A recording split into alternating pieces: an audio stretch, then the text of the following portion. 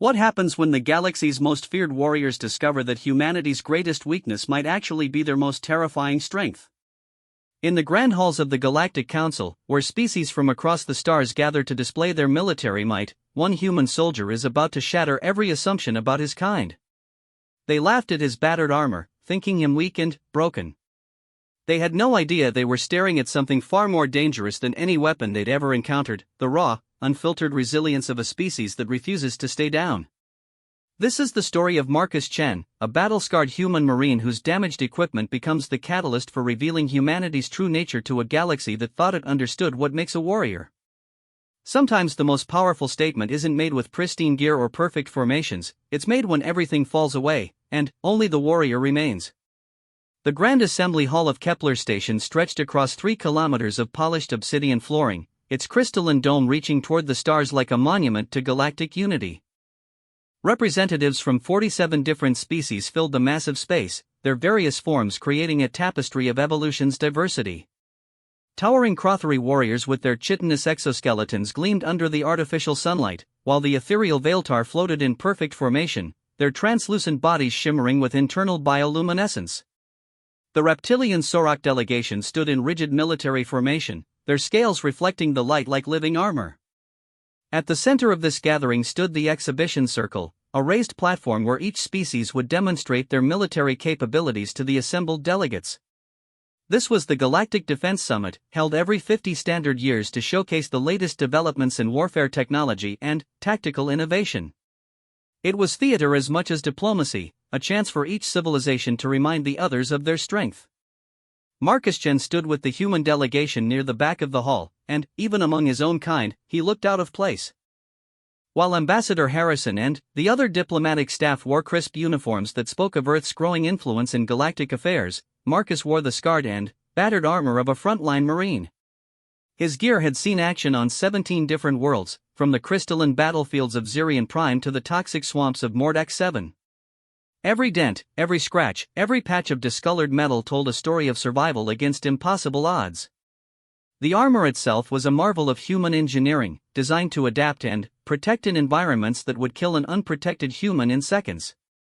But Marcus's suit had been through hell and back. The left shoulder plate was cracked from a Hive Queen's claw strike on Tremor Station. The chest piece bore the scorched marks of plasma fire from the siege of New Constantinople. His helmet's visor had a spider web of microfractures that the repair techs had never quite managed to fix completely. "Chen," Ambassador Harrison whispered, leaning close enough that the nearby alien delegations wouldn't overhear. "I know you wanted to represent our military honestly, but perhaps you should have worn the ceremonial armor instead. This is about making an impression."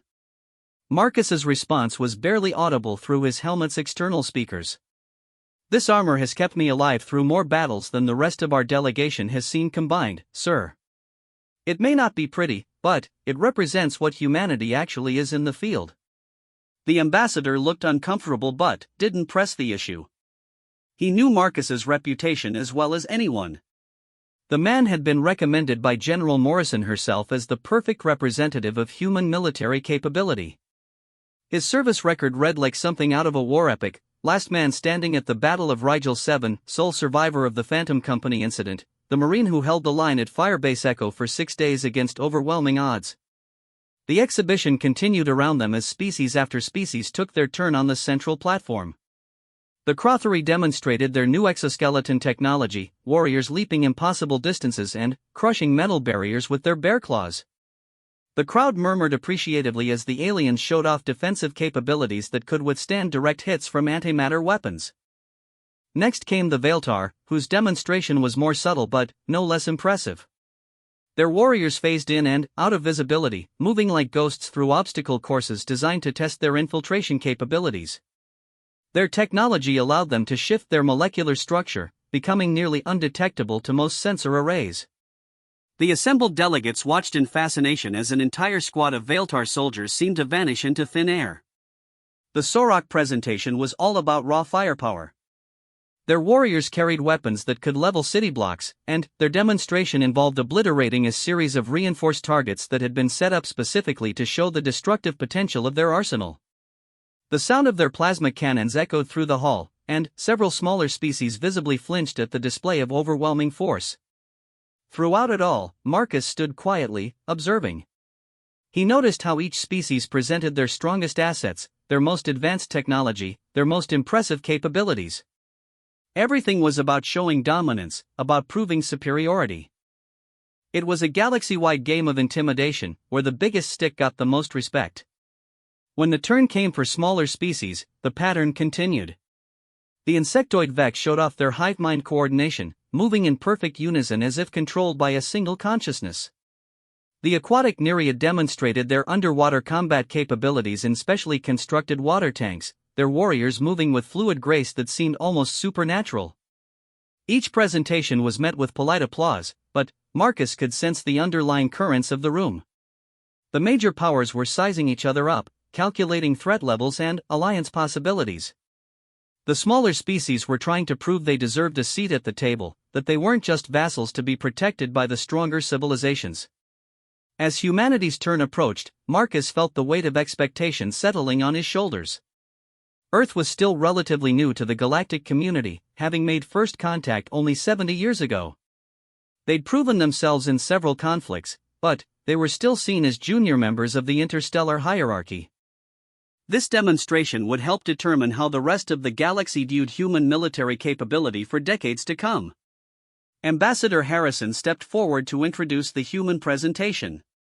His voice carried clearly through the hall's acoustic systems as he began to speak about humanity's unique approach to warfare, their adaptability and determination.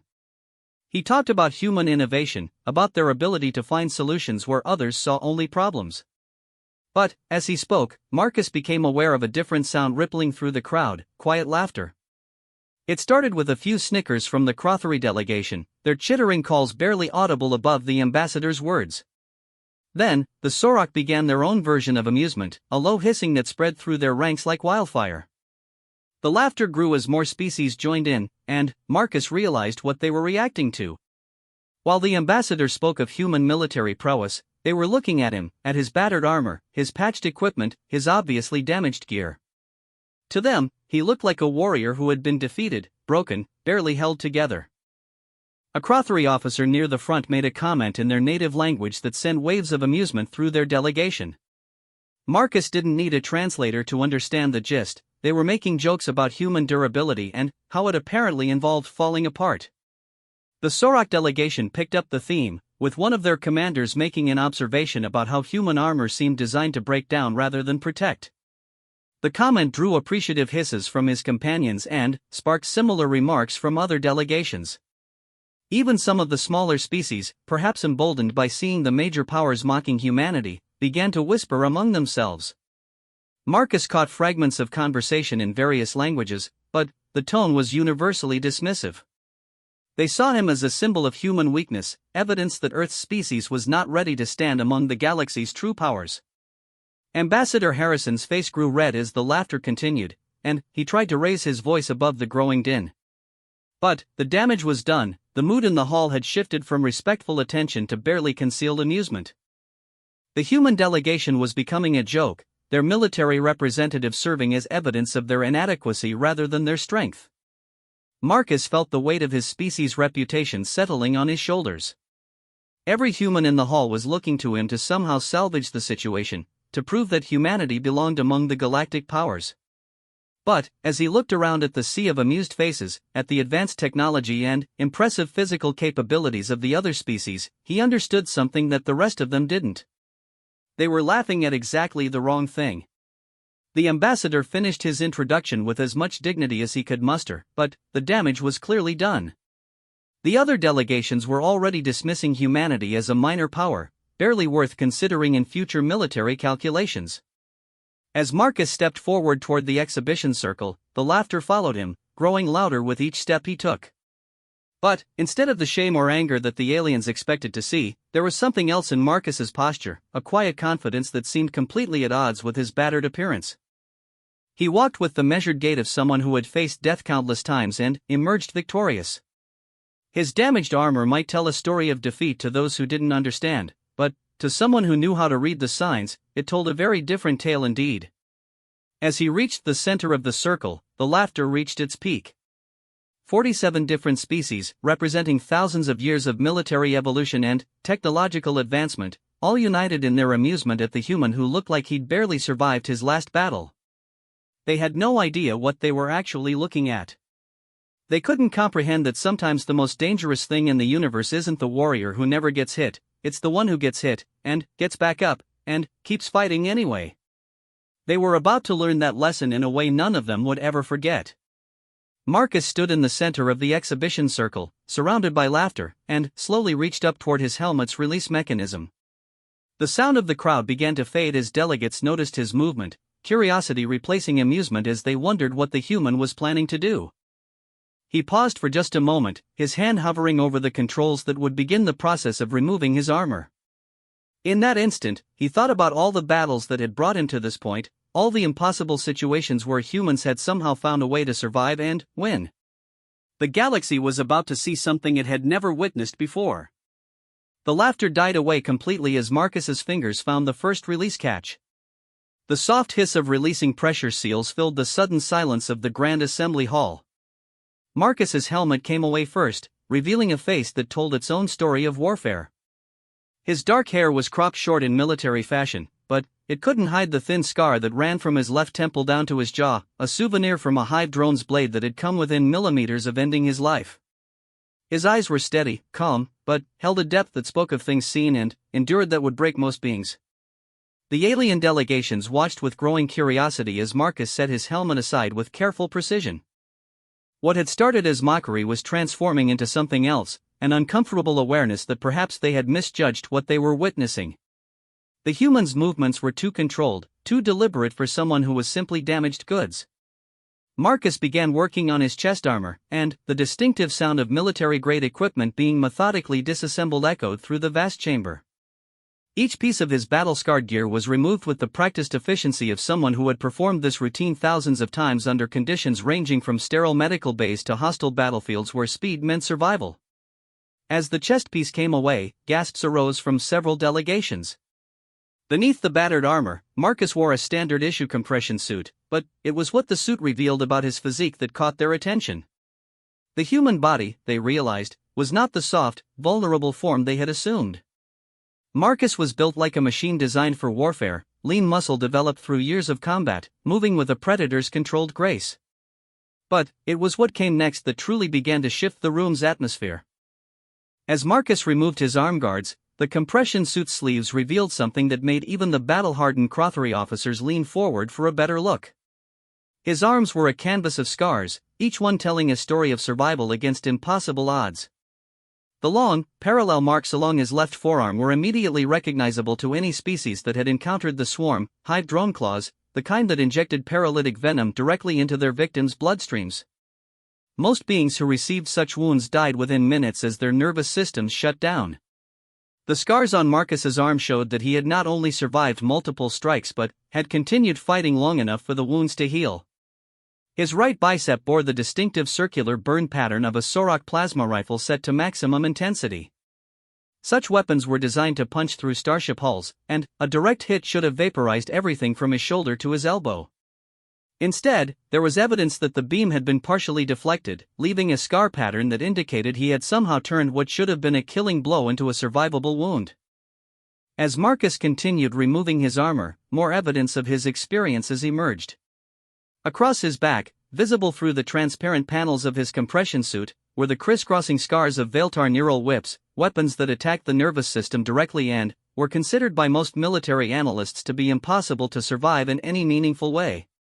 Yet here was a human who bore the marks of multiple encounters with such weapons and was clearly still functional. The Veiltar delegation had gone completely silent, their usual gentle harmonics replaced by what could only be described as shocked stillness. One of their warriors, an individual whose translucent form flickered with agitation, spoke in their native tongue, a flowing series of tones that roughly translated to impossible living ghost. Commander Threx of the Crothery, a veteran of the border wars who had seen more combat than most beings in the hall, stood up from his delegation's seating area. His mandibles clicked rapidly, a sign of extreme agitation in his species.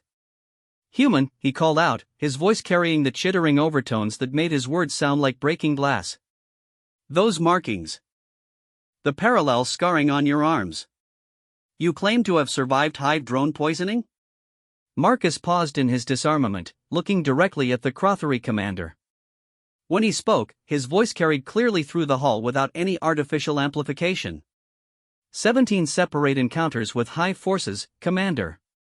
The poison doesn't kill you if you can maintain consciousness long enough for your body to process it. Hurts like nothing else in the galaxy, but it's survivable if you're too stubborn to die.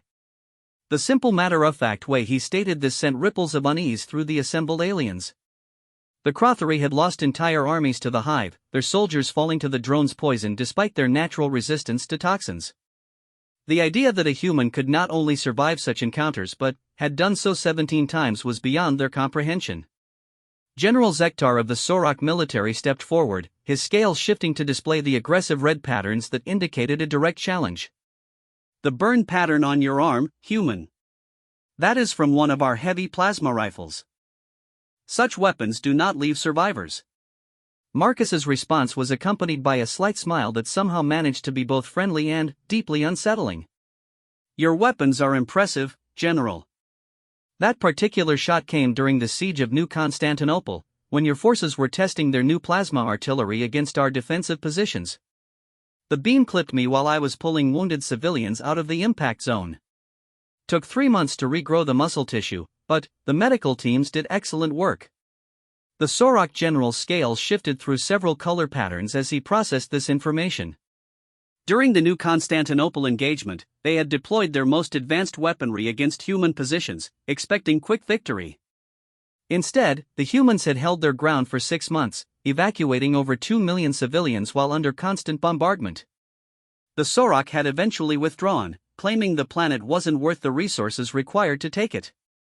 Now they were learning that individual human soldiers had been surviving direct hits from weapons designed to obliterate armored vehicles. The implications were staggering. As Marcus continued removing his leg armor, more evidence of his experiences emerged. Claw marks from Xerian crystal bears, creatures whose natural weapons could slice through starship hulls. Burn patterns from Mordax 7's acidic atmosphere, which had eaten through his environmental seals during a 48-hour forced march.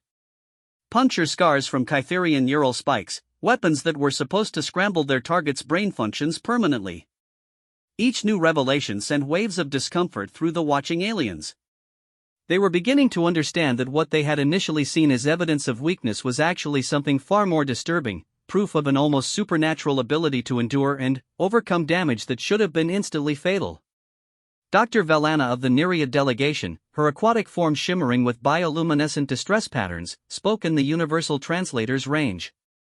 The scarring patterns suggest exposure to at least 47 different types of lethal trauma.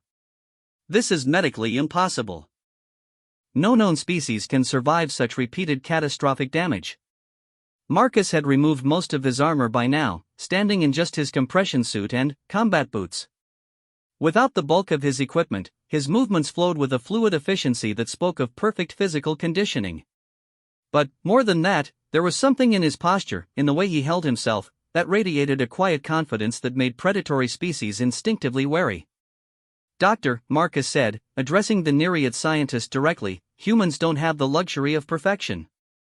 We don't have natural armor like the Crothery, or energy-based forms like the Veiltar, or the raw physical power of the Sorok. What we have is the ability to take damage, learn from it, and come back stronger. He gestured to his scarred arms, his tone remaining conversational despite the growing tension in the hall. Every mark you see represents something that tried to kill me and failed. Not because I was too strong to be hurt, but because I was too stubborn to stay down. That's what humans bring to the galaxy, not invincibility, but something that might be more dangerous, the absolute refusal to quit. The silence that followed this statement was profound. Delegations that had been laughing minutes earlier were now staring at Marcus with expressions ranging from curiosity to concern to something approaching fear. They were beginning to realize that they had fundamentally misunderstood what they were looking at. Ambassador Harrison watched from the human delegation area, his earlier embarrassment replaced by growing pride. He had known Marcus's service record, but seeing the physical evidence of the man's experiences laid out for the entire galaxy to witness was something else entirely. This wasn't just about one soldier's resilience, it was about what humanity as a species could endure and overcome. Marcus reached down and began unlacing his combat boots, the final pieces of his military equipment. As he did so, he continued speaking, his voice carrying easily through the vast hall. "You've all shown us your finest weapons, your most advanced technology, your strongest warriors. All impressive demonstrations of what your species can do when everything goes according to plan." The boots came off, set neatly beside his other gear. Marcus stood before the assembled delegates of 47 different civilizations wearing only his compression suit, and somehow managed to appear more formidable than any of the heavily armed and armored warriors they had watched earlier. "But war isn't about what happens when everything goes according to plan," he continued.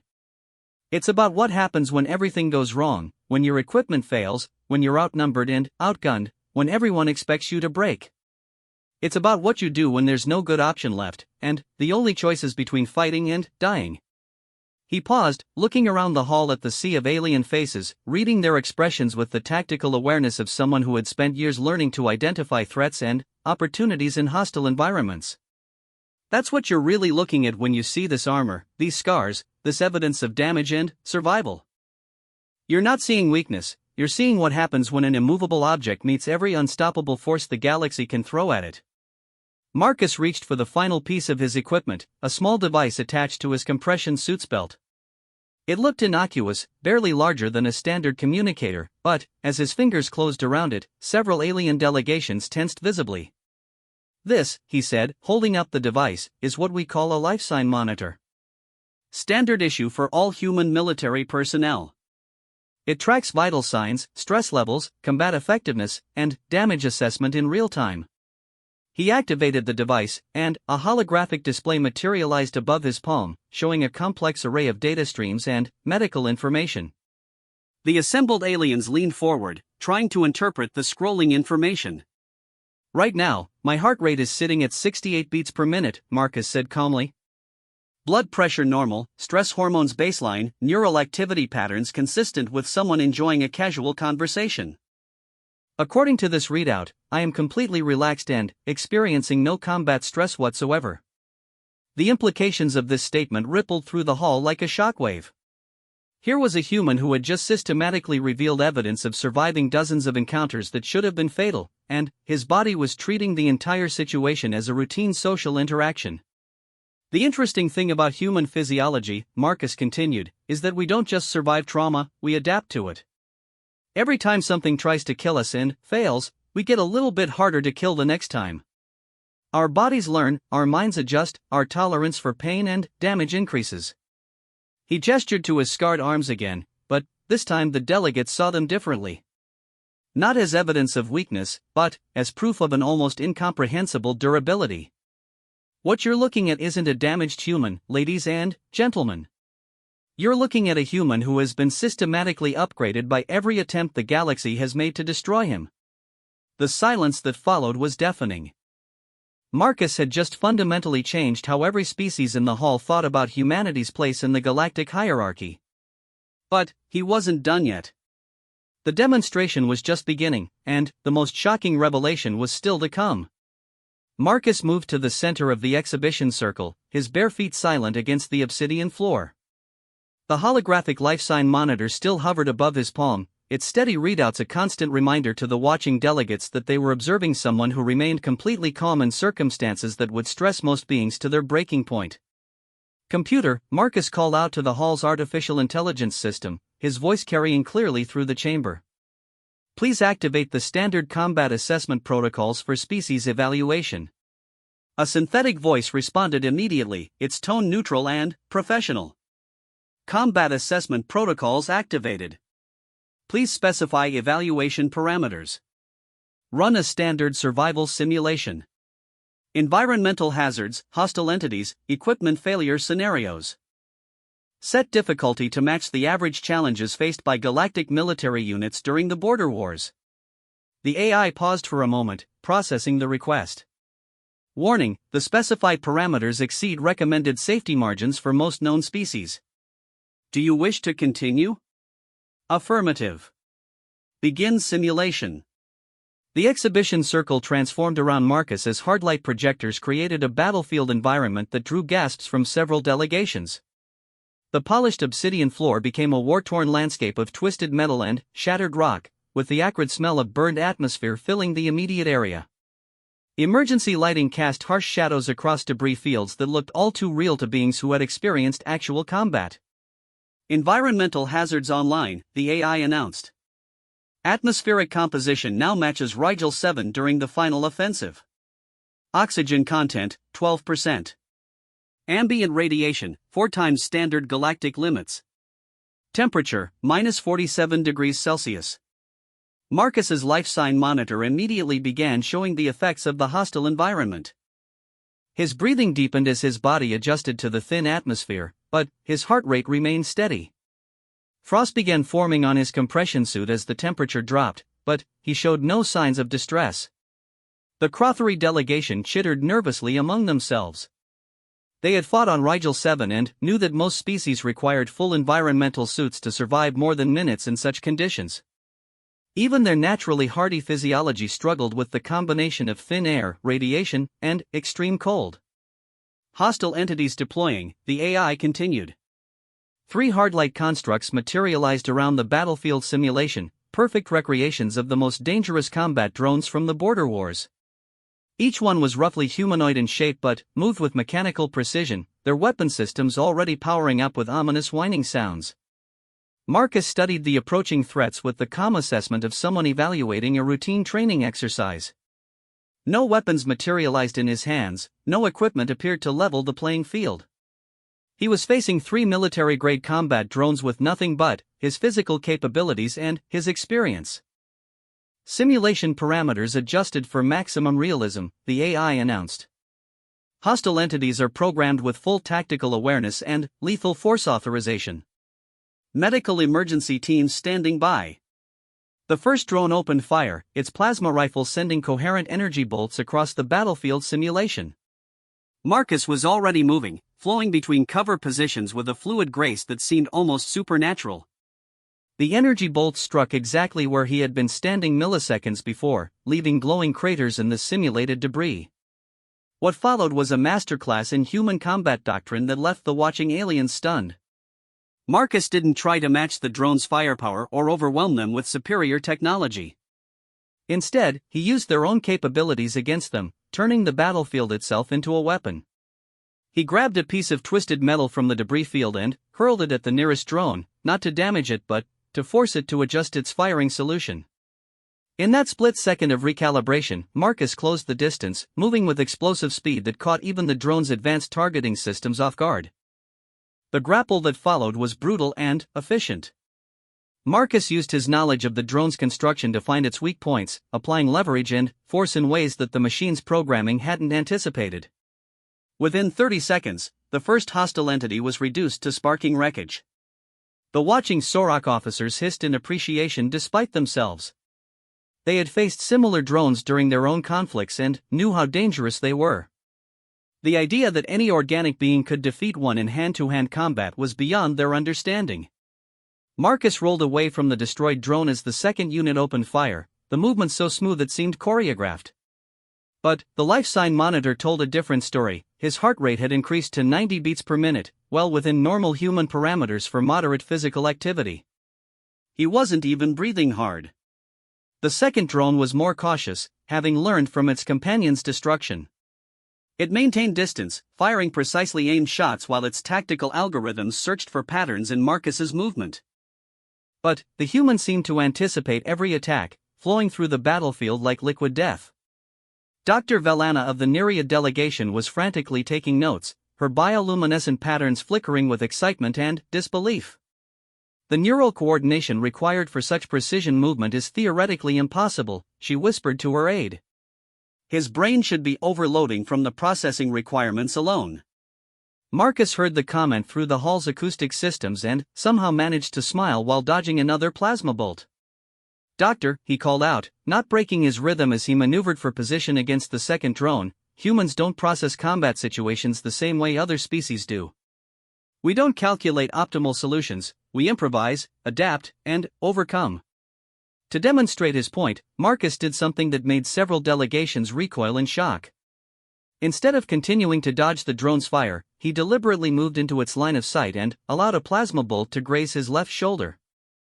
The energy beam seared through his compression suit and scorched the flesh beneath, but instead of crying out or falling back, Marcus used the moment of contact to trace the beam's origin point and launch himself directly at the drone.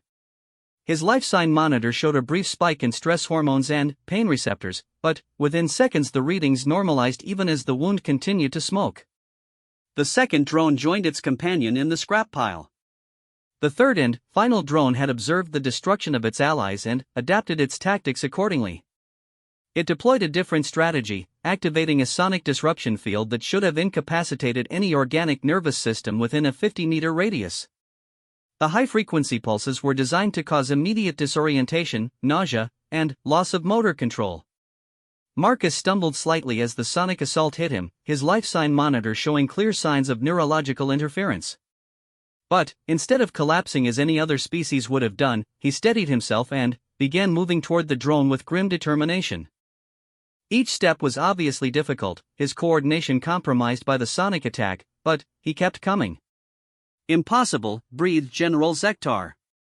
Sonic disruption at that intensity should render any organic being completely helpless. Marcus reached the final drone despite the continuing sonic assault and delivered a series of strikes that disabled its weapon systems. As the machine toppled, the simulation environment began to fade, returning the exhibition circle to its normal state. The human stood in the center of the circle, his compression suit torn and burned in several places, frost still clinging to his hair from the environmental simulation. Blood seeped from the plasma burn on his shoulder, and his life sign monitor showed elevated readings across multiple categories.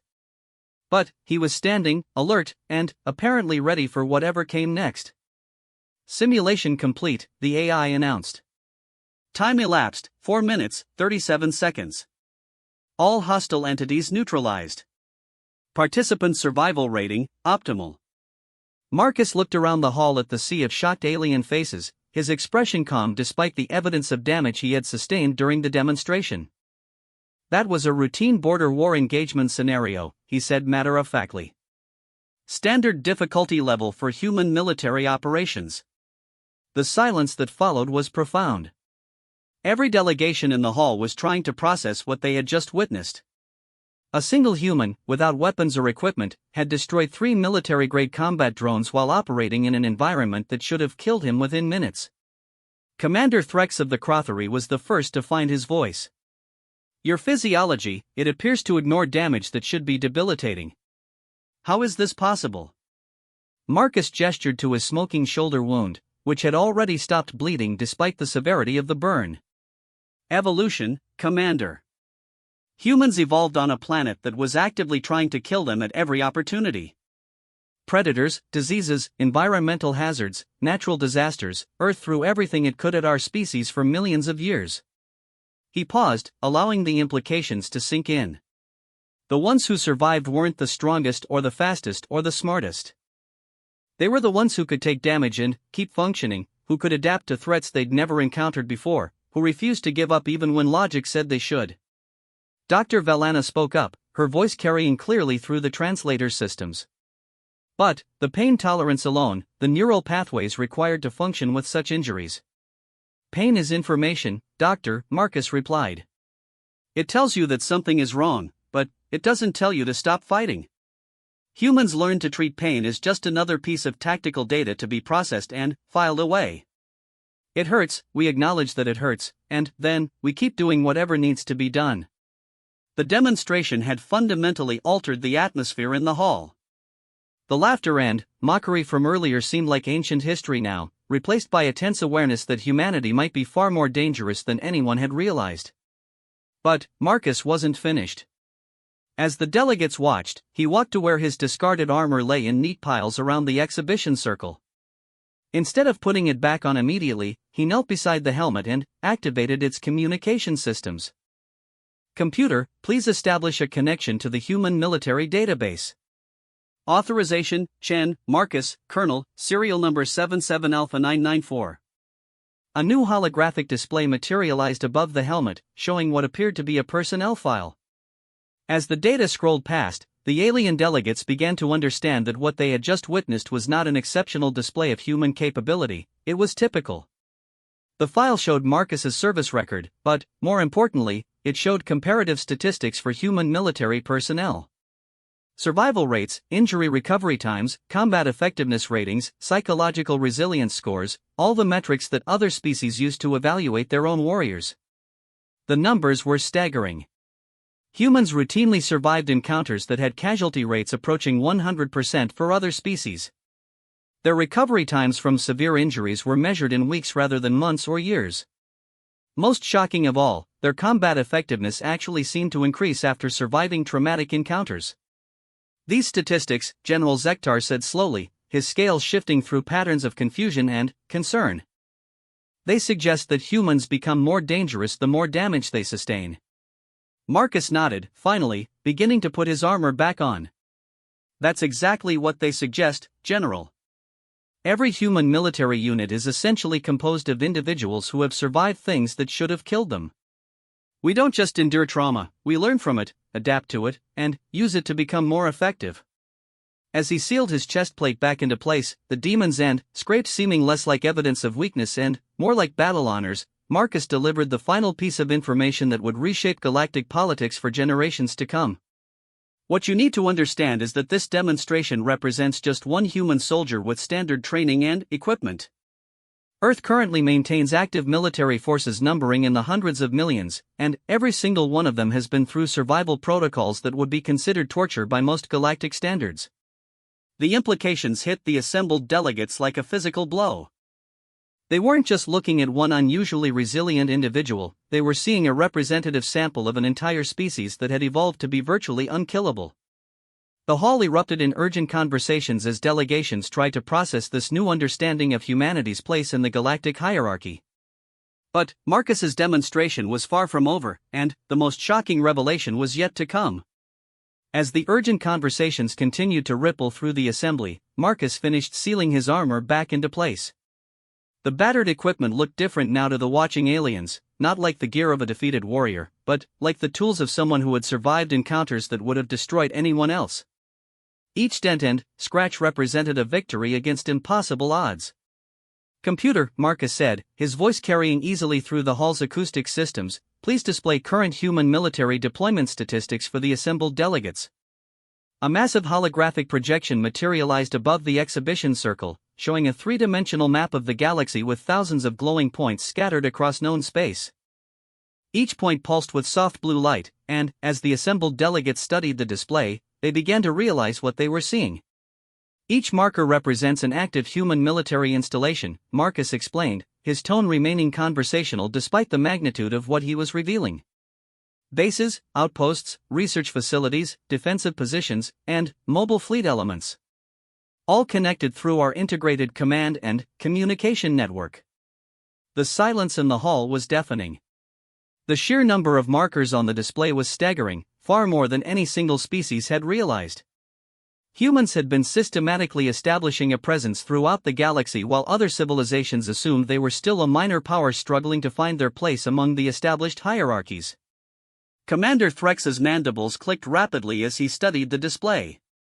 "This is impossible. Our intelligence networks would have detected such extensive military deployment." Marcus's helmet turned toward the Crothery commander, and, even through the damaged visor, his expression was clearly visible.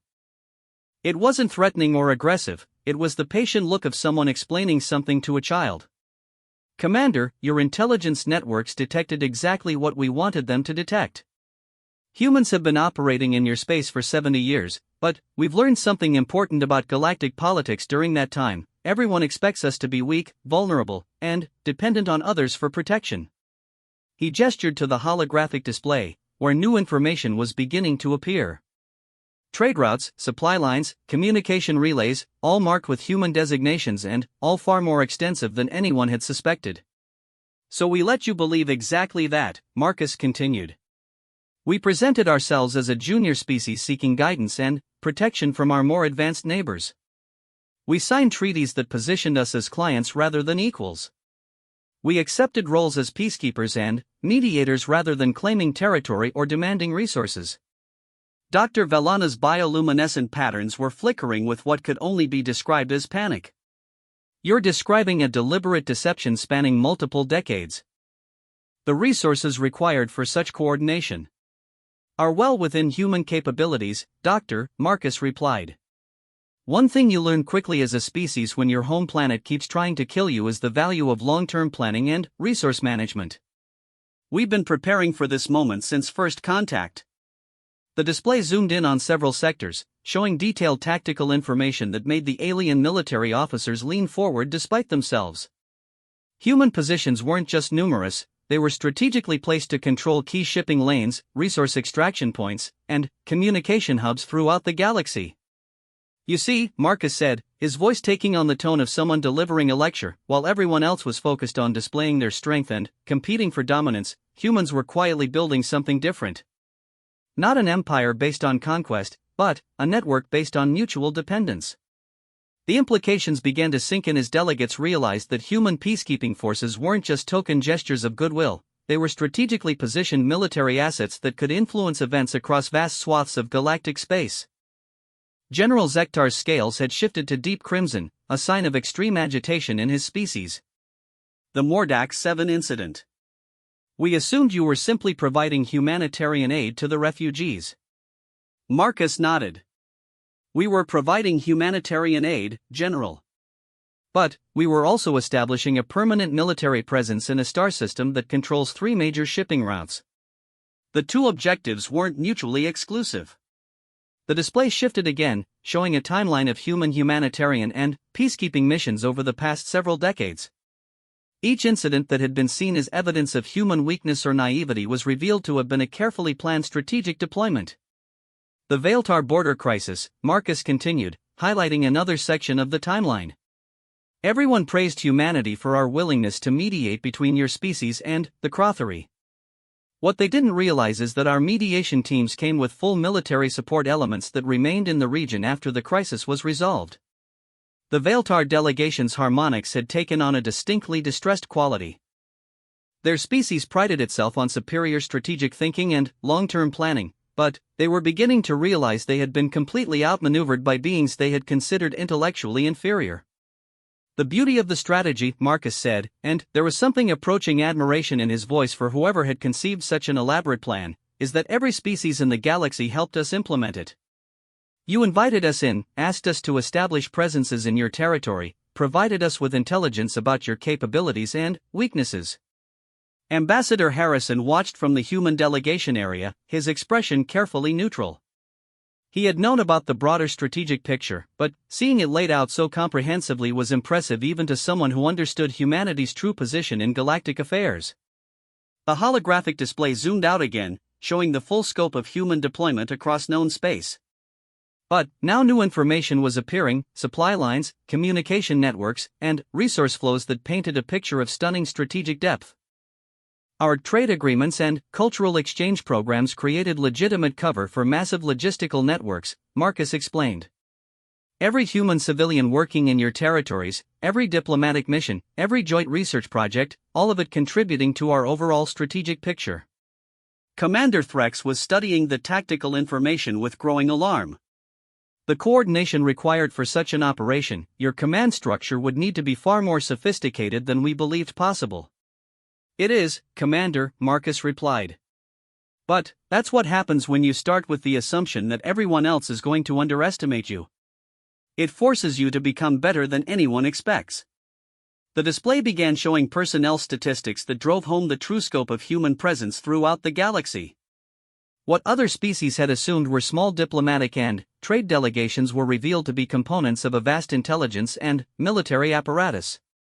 Every human citizen in galactic space serves a dual purpose, Marcus continued. Scientists gathering intelligence on alien technology. Merchants mapping economic and industrial capabilities. Diplomats establishing communication protocols and emergency contingencies. All of it coordinated through networks that we've been building for 70 years. Dr. Velana spoke up, her voice tight with concern. The level of operational security required to maintain such deception, it suggests capabilities we never suspected. Marcus's response carried a note of genuine pride. Humans are very good at keeping secrets, Doctor. It's another survival trait from our home world. When everything around you is trying to kill you, you learn to be very careful about revealing information that could be used against you. The implications of this revelation were staggering. Every major power in the galaxy had been making strategic decisions based on incomplete intelligence, assuming that humanity was a minor factor in galactic politics. Now they were discovering that humans had been actively shaping events from behind the scenes for decades. The border wars, General Zektar said slowly, his scales shifting through patterns of realization and dread.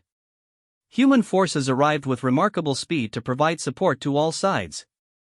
Because we were already there, General, Marcus confirmed.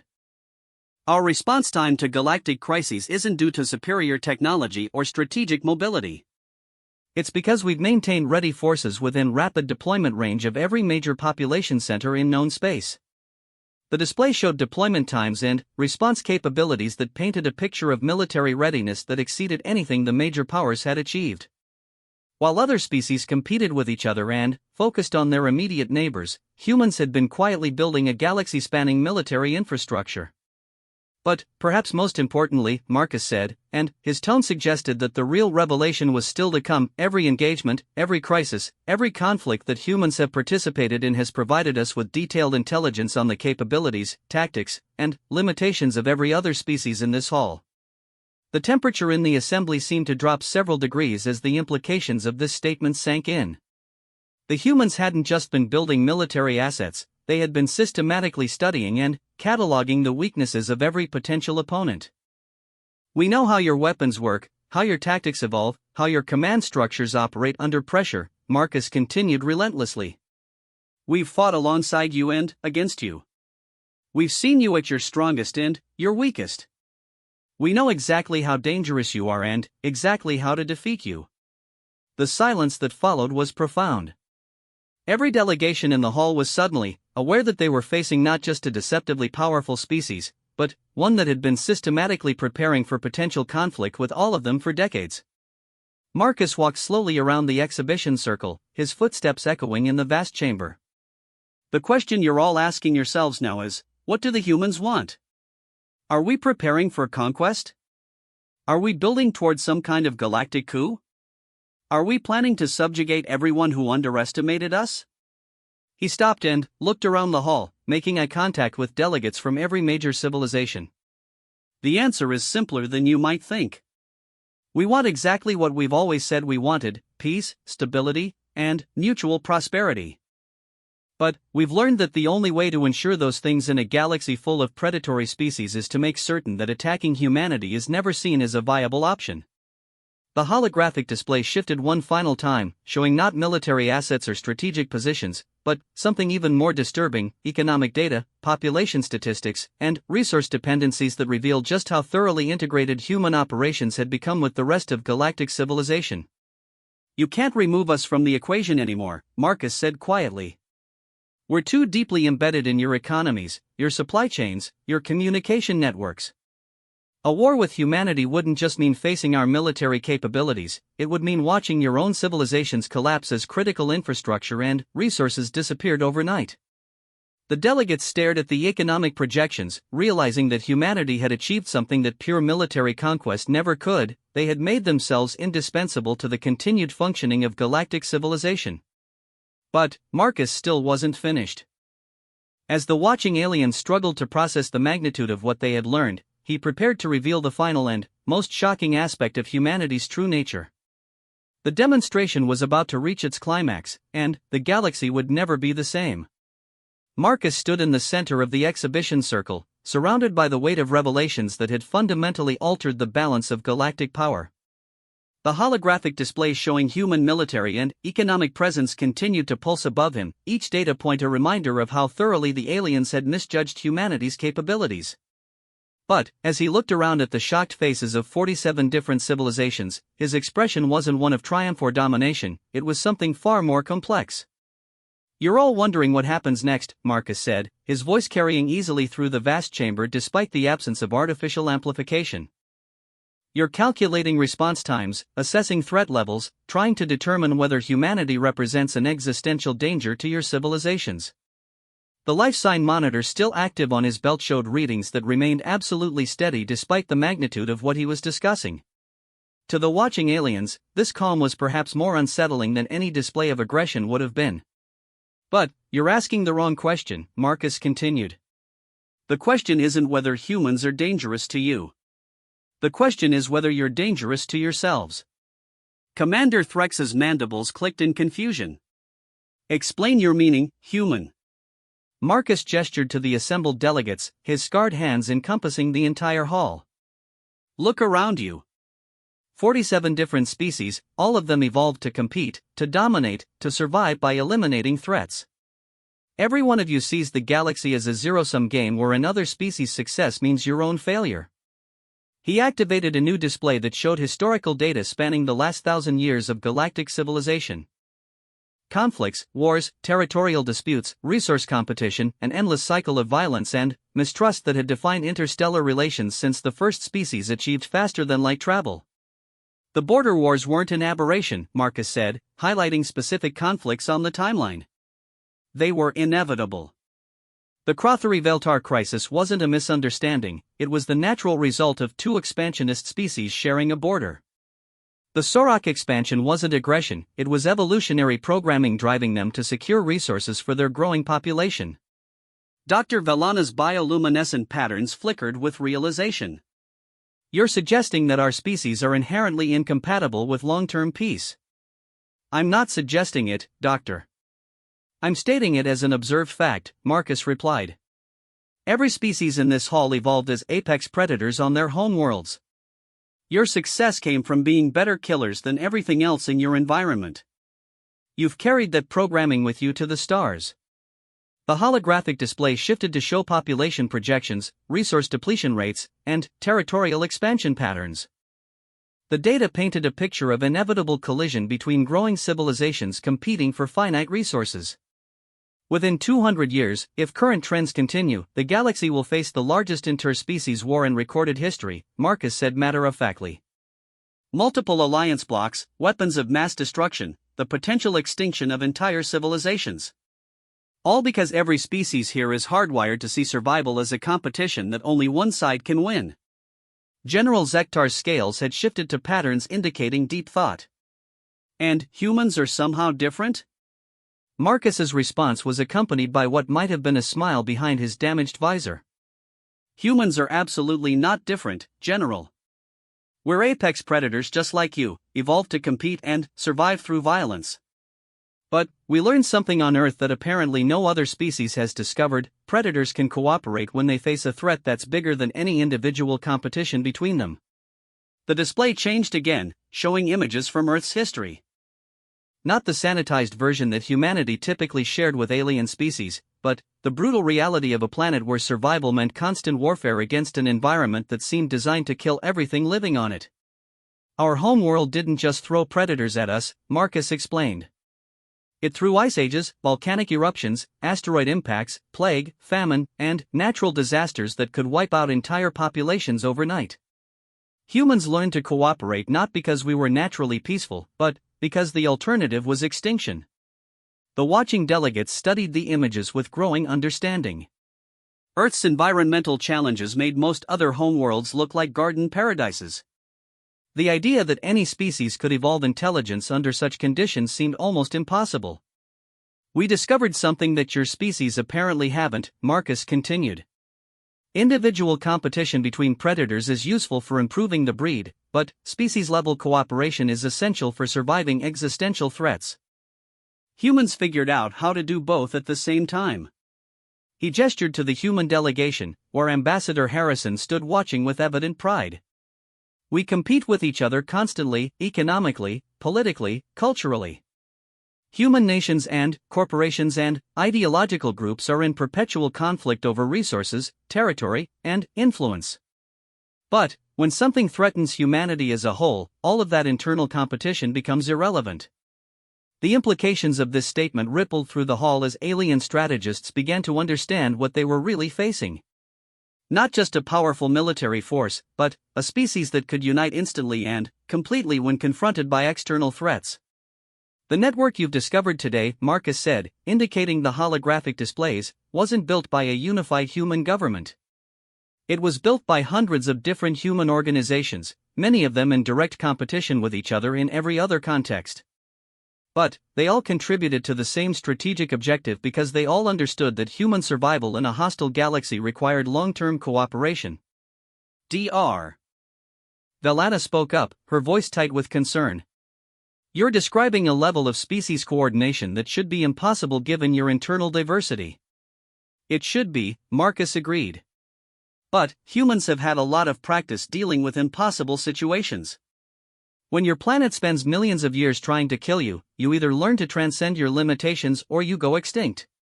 The display shifted once more, showing not military assets or economic data, but something far more fundamental: human settlement patterns, population distributions, and cultural exchange networks that span the galaxy. This is what you've really been looking at for the past 70 years, Marcus said. Not conquest or subjugation, but something that your species apparently can't conceive of: voluntary integration. Humans didn't come to the galaxy to replace you or eliminate you. We came to join you, to become part of something larger than any single species could achieve alone. He paused, letting the implications sink in. But we also came prepared for the possibility that you might not want us here, or that you might see our presence as a threat to be eliminated.